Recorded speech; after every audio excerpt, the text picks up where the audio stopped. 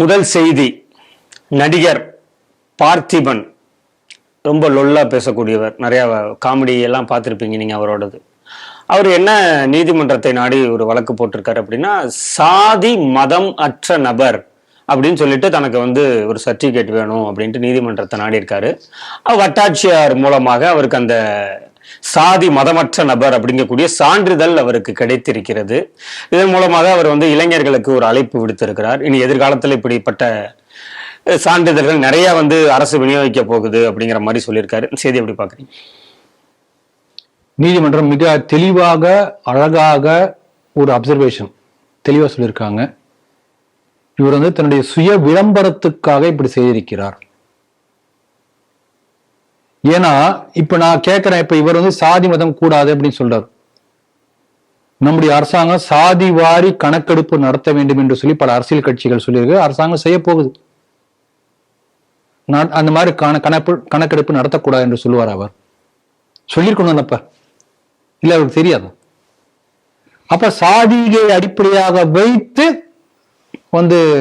Job reservation, இடஒதுக்கீடு. அந்த இடஒதுக்கீடு படிப்புலையும் இருக்கிறது, வேலை வாய்ப்பிலும் இருக்கிறது, எல்லாத்துலயுமே ப்ரமோஷன்ல கூட இருக்கு. அப்ப சாதியை அடிப்படையாக வைத்து இடஒதுக்கீடு கொடுக்க கூடாது என்று இதே பார்த்திபன் சொல்லுவாரா? சொல்ல மாட்டாங்க. அப்ப இவர்கள்லாம் சுய விளம்பரம் தேடக்கூடிய போலிகள். இப்ப இவங்களுடைய நோக்கம் என்ன?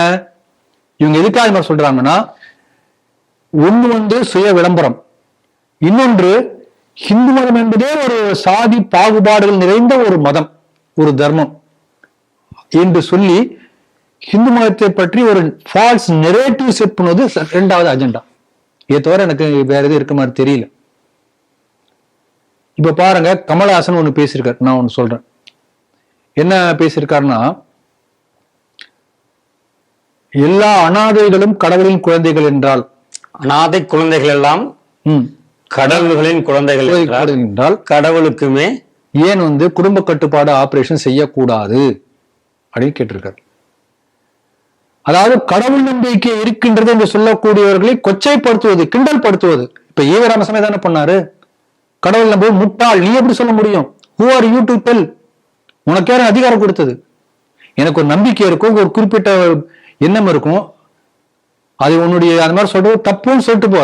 நான் ஒண்ணும் சொல்லல. ஏன் அப்படி சொல்ற கேட்டு போங்க. அதை நீ காட்டு மிராண்டி முட்டாள் என்று என்னை எப்படி நீ கொச்சைப்படுத்தலாம்?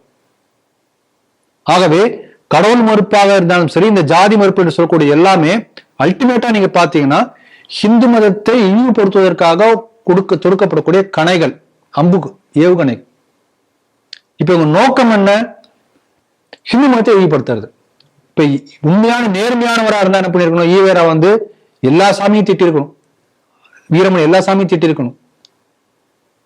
கடவுள் நம்ப காட்டுமிராண்டி என்று சொல்லி ஒரு மசூதி முன்னாலே போர்டு வச்சிருக்கணும், சர்ச் முன்னாலே போர்டு வச்சிருக்கணும், கோயில் முன்னாலே வச்சிருக்கணும். ஆனா எல்லா கோயில் முன்னால ஈவேரா சிலை இருக்கிறது, ஸ்ரீரங்க கோபுரம் உட்பட அந்த எல்லா கோயில் சிலைக்கு கீழே, அந்த ஈவேரா சிலை கீழே இந்த வார்த்தைகள் எழுதப்பட்டிருக்கிறது. ஆனா அதற்கு ரொம்ப சாதகமாக அவங்க சொல்லக்கூடிய பதில் இன்றும் பல தசாப்தங்கள் கடந்து இன்னும் அவர்கள் சொல்லக்கூடிய அவர்கள் பக்கத்து வாதமா என்ன இருக்குன்னா, யாரு மெஜாரிட்டியா இருக்காங்களோ முதல்ல அவங்கள சரி பண்ணணும். அதனாலதான் நாங்க மெஜாரிட்டியாக மூட நம்பிக்கை இருக்கக்கூடிய ஹிந்து மதத்திலிருந்து சீர்திருத்தத்தை கொண்டு வரோம் அப்படி நீங்க சொல்லக்கூடிய வார்த்தையில சொல்லிட்டு மெஜாரிட்டியாக மூட நம்பிக்கை இருக்கக்கூடிய. அப்ப மூட நம்பிக்கை கிறிஸ்துவத்துல இல்லையா? மூட நம்பிக்கை இஸ்லாத்துல இல்லையா? அதை பத்தி ஏன் கேள்வியை கேட்பதில்லை? ஆகவே இவங்களாம் ஒரு போலிகள். ஒரு சர்ச்சோ அல்லது ஒரு முஸ்லீமோ மதம் மாற்றுவதற்காக they are creating the ground. Hindu மதத்துல அதற்கான ஒரு ஏற்பாடு பண்றாங்க. அப்படிப்பட்ட நேர்மையற்ற செயலை இவங்க ஜாதி என்ற பெயரிலோ, அது மதத்தை இருக்கிறேன் என்ற பெயரிலோ, கடவுள் என்ற பெயரிலோ இவங்க செய்கிறார்கள். இதே என்னுடைய குற்றச்சாட்டு. இப்ப பாருங்க, இவங்க எல்லாம் என்ன சொல்லுவாங்கன்னா, சாதி என்று சொல்வதே தவறானது, ஒரு குற்றம் அப்படின்னு சொல்றாங்க. இவங்க சொல்லக்கூடிய எல்லாமே நீங்க என்ன ஜாதின்னு சொல்றதே ஒரு பெரிய ஒரு அவமானம், தப்பு, சிந்தனை, பிற்போக்கு சிந்தனை. நான் அடிக்கடி இந்த மாதிரி பேசும்போது எனக்கு வீரத்துறவி ஐயா ராமகோபாலன் ஐயா ஞாபகத்துக்கு வந்துடும். இந்துமணி நிறுவனர். அவர் தான் சொல்லுவார், முற்போக்கு பிற்போக்கு. இவனா சொல்லுவான் இதெல்லாம் ரேடிக்கல், இதெல்லாம் முற்போக்கு, நீ பிற்போக்கு. இவனே முத்திர சர்டிபிகேட் கொடுத்துருவான். அவர் என்ன சொல்லுவார், எனக்கு தெரிஞ்ச முற்போக்குனா முன்னால வருது வாந்தி வர்றது. பிற்போக்குனா வேதி, அதுதான் முற்போக்கு பிற்போக்கு. நீ என்ன கொடுக்கறது, சர்டிபிகேட் கொடுக்கறது என்று கேட்பார். ஆகவே இவங்க என்ன பண்றாங்கன்னா ஜாதி என்பதை ஒரு பிரிவுபடுத்தக்கூடிய அமைப்பாக இவர்கள் ஏற்படுத்தி விட்டார்கள். உண்மையிலேயே ஜாதி என்பது இப்ப நீங்க என்ன வேலை செய்றீங்க கேட்கிறோம் இல்லையா, அதுதான் ஜாதி. செய்யக்கூடிய தொழிலின் அடிப்படையில ஒரு குழுக்களாக இணைந்து செயல்பட்டுதான் சாதி என்கின்ற ஏற்பாடு, வேற எதுவுமே இல்லை. இப்போ டீச்சர் இருக்காரு, அவங்க பையனை டீச்சரா ஆக்குறாரு. ஒரு டாக்டர் இருக்காரு, பையனை டாக்டர் ஆக்குறாரு. நம்ம தளபதி இளைய தளபதிய அப்புறம் இன்ப நிதிய வரிசையா அதே லைன்ல கொண்டுறாரு. ஒரு தொழில் அவங்களை பொறுத்த ஒரு தொழிலுக்கு அடுத்த வரிசை நியமிக்கிறாங்க. அப்ப அவங்க ஒரே மாதிரி சிந்திப்பாங்க. ஒரு வியாபாரி வீட்டுல இருக்கக்கூடிய ஒரு பையனும் டாக்டர் வீட்டுல இருக்கிற பையன் ஒரே மாதிரி சிந்திக்க மாட்டாங்க. அவன் அந்த மாதிரி வேற மாதிரி சிந்திப்பான். அதுதான் வாழ்க்கை முறையே மாறும் இல்லைங்களா? ஆகவே ஜாதியை வைத்தது பிரிவினை எங்குமே இந்து தர்மத்தில் பேசப்படவே இல்லை. பெரிய புராணத்துல எடுத்துக்கோங்க. பெரிய புராணம் ஆரம்பிக்கிறது, சேக்கிழார் பாடுகிறார், தில்லை வாழ் அந்தனர்க்கும் அடியார்க்கும் அடியேன். அடுத்த வரி என்ன தெரியுங்களா? திரு நீலகண்ட குயவனார்க்கும் அடியேன். குயவர் தொழிலை செய்து வந்த திருநீலகண்டருக்கும் நான் அடியேனாக இருக்கிறேன். இப்படி வரிசையா வரும். நாயன்மார்கள் அத்தனை பேர், ஆழ்வார்கள் அத்தனை பேரும் பார்த்தீங்கன்னா எல்லா சாதியை சேர்ந்தவர்கள் எல்லாருக்கும் ஒரே மேடையை தான் நம்ம கொடுக்கணும். யாரும் பாகுபாடு பார்க்கல. ஆகவே சாதியை வைத்து பிரிவினை ஏற்படுத்தக்கூடியது மிஷினரிகள். அந்த மிஷினரிகளுக்கு உதவி செய்யக்கூடியவர்கள் மறைமுகமா இவங்கெல்லாம் செய்யறாங்க. இன்னைக்கு பாருங்க, சாதி என்பது எந்த அளவுக்கு ஒரு அற்புதமான ஏற்பாடு பாருங்க. சாதி இல்லை என்று சொல்லி புத்தர்கள்லாம் பௌத்த மதத்துக்கு மாற்றி நம்ம நாட்டினுடைய வட மேற்கு பகுதி முழுக்க, பஞ்சாப் சிந்து பகுதி முழுக்க போய் பெரிய பௌத்தர்களா மாறிட்டாங்க.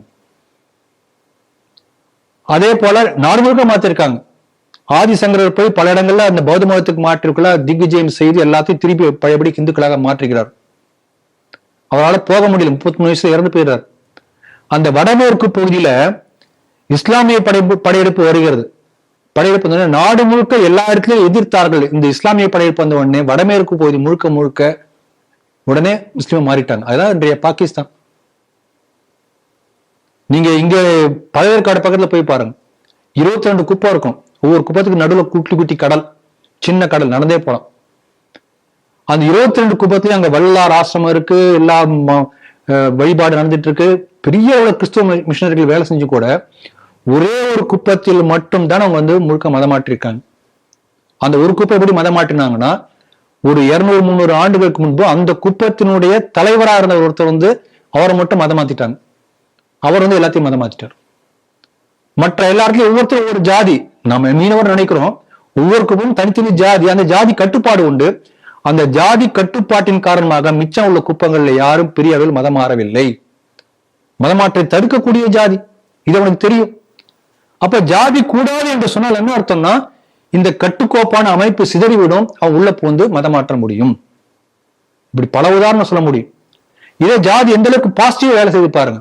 ஜாதி என்பது இது ஒரு பெரிய டீடைல்டு சப்ஜெக்ட், ரொம்ப மணிக்கணக்கா பேசணும். ஒரு சின்ன உதாரணம் சொல்ற பாருங்க. இப்ப சீக், அந்த சீக் மத்தியில பாத்தீங்கன்னா அந்த கட்டுக்கோப்பு எல்லாருக்கும் ஒருத்தன் அப்படியே உதவி செய்வாங்க. நம்ம தமிழ்நாட்டுக்கு ஒரு நாட்டுக்கோட்டை செட்டியார், அது ஒரு ஜாதி நம்ம சொல்றோம். நாட்டுக்கோட்டை செட்டியார்லயும் ஏழை பணக்காரனா இருக்கான். ஆனா யாரா போய் வேலைக்கு தேடுறான், அலையறான், கஷ்டப்படுறான் நீங்க பார்க்க முடியாது. ஏன்னா அந்த சமூகம் கட்டமைத்துக் கொள்கிறது தன்னைத்தானே. இன்னும் சுலபமா அவங்களுக்கு உதாரணம் சொன்னோம்னா, நாடார் சமூகம். ஒரு நாடார் இங்க கடை வச்சாருன்னா அங்க ஏத்து மாதிரி பக்கத்து தெருவுல கடை வைக்க வாய்ப்பு இருக்கு. உடனே ஊர்ல போய் சொல்லி கூட்டு வந்துருவார். எத்தனை இடத்துல நாடார் கல்யாண மண்டபம் இருக்கு, அவங்களுக்கு இலவசமா கொடுக்குறாங்க. அப்ப சமூக கட்டமைப்பு ஏற்படுத்தி அந்த சமூகத்தையே தூக்கிவிடக்கூடிய அமைப்பு தான் சாதி என்பது. இது ஒரு நாம நினைக்கிறோம் ஜாதி என்பது பிற்போக்குத்தனம் இவங்கெல்லாம் நினைச்சுக்கிறாங்க, வேறுபடுத்தி இவங்க நினைச்சுக்கிறாங்க. ஆனால் ஜாதியை வைத்து வேறுபாடு பார்த்து ஜாதியின் அடிப்படையில வேட்பாளர்கள் நிறுத்தி வைத்து ஜாதியின் அடிப்படையில் இடஒதுக்கீடு கொடுத்து எல்லாத்தையும் ஜாதி பார்த்து, இதெல்லாம் திராவிட மாடல். நீங்க பாருங்க, RSSல நீங்க போய் பாத்தீங்கன்னா கிட்டத்தட்ட 30 ஆண்டுகளா இருப்பாங்க, திக் ஃப்ரெண்ட்ஸா இருப்பாங்க. யாருக்கு என்ன ஜாதினே தெரியாது. எப்ப தெரியும்னா அவங்க வீட்டுல யாருக்கா பையனுக்கோ பொண்ணுக்கு கல்யாண பத்திரிக்கை அடிக்கும் போதோ நீ இந்த ஜாதி அப்பதான் தெரியும், அது வரைக்கும் தெரியாது. ஜாதி தெரியாமலே எத்தனை ஆண்டுகள் பழகுவாங்க. ஆனால் ஈவே ராமசாமி நாயக்கர் என்ன தெரிவு பண்ணுவாரு, நீங்க முதல்ல பார்த்தோன்னே நீ என்ன ஜாதி என்று ஈவேரா அவர்கள் சிரித்து கொண்டே கேட்டார். அவருடைய வாழ்க்கை வரலாறு புத்தகத்தில் எடுத்து படிச்சு பாருங்க. துரைமுருகன் சொல்லியிருக்காரு, முதல்ல பார்த்த உடனே என்ன ஜாதின்னு கேட்டாராம். யாரை பார்த்தா ஜாதி தான் கேட்பார், ஜாதியாகத்தான் பார்ப்பார். இதுதான் திராவிடம். அதனால் இப்படிப்பட்ட திராவிட சித்தாந்தம் என்பதும் வெள்ளக்கார சித்தாந்தம் எல்லாம் ஒண்ணுதான். வெள்ளக்காரன் முகமூடியா திராவிடம். நீங்க நாட்டு வரலாற்றை எடுத்து படிச்சு பாத்தீங்கன்னா, சேர சோழ பாண்டிய மன்னர்கள் மத்தியில சண்டை, பல்லவனுக்கு சண்டை, போர், சண்டை போட்டே இருந்திருப்பாங்க. எல்லாத்துக்கும் சண்டை போடுவாங்க, அது வீரமா எடுத்துக்குவாங்க. படிச்சு பாத்தீங்கன்னா வரலாற்றுல வீர போர், செத்து போவான் பாவம். ஆனா எங்கேயாவது ஒரு இடத்துலயாவது ஜாதிக்காக சண்டை போட்டிருக்காங்க? எங்கேயுமே இருக்காது. வெள்ளைக்காரனை எதிர்த்து சண்டை போட்ட எல்லாருமே எல்லா ஜாதி சேர்ந்து ஒன்னா சேர்ந்து சண்டை போடுறாங்க. அழகமுத்துக்கோன் அவர் வேற ஜாதி, எல்லாம் ஒன்னா சேர்ந்து சண்டை போடுறாங்க. அப்ப எங்கேயுமே ஜாதி என்பதை வைத்து ஜாதிக்குள்ளார் இன்னொரு ஜாதி அடித்துக் கொண்டதாக நம்ம நாட்டுடைய வரலாற்றுல ஒரு உதாரணம் கூட கிடையாது. இவங்க ஜாதியை வைத்து பிரிவினை செய்யக்கூடியவர்கள் தான் இந்த மாதிரி செஞ்சுட்டு இருக்காங்க.